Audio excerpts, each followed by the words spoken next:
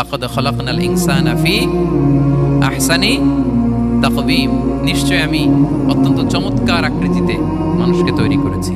মানুষের গঠন এরকম, মাথা থেকে পা পর্যন্ত। আমি তো দু একটার কথা বললাম, চোখ, নাক, কান। আপনি একটা একটা করে যদি ধরেন, আমাদের হেয়ারিং সিস্টেম কিভাবে কাজ করে, হেয়ারিং নার্ভ কিভাবে কাজ করে, আমাদের সেন্সেশন কিভাবে কাজ করে, আমাদের ব্রেন কিভাবে কাজ করে। আমাদের এক একজনের ব্রেন 1.5 কেজি ওজন, 3 পাউন্ডের মতো একটা সুস্থ মানুষের অ্যাভারেজ ব্রেনের ওজন। এই ব্রেনের মেমোরি হচ্ছে 2.5 মিলিয়ন গিগাবাইট।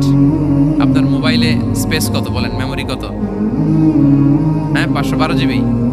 আর আমার আর আপনার ব্রেইনের যে মেমোরি, এই মেমোরি হচ্ছে 2.5 মিলিয়ন গিগাবাইটস।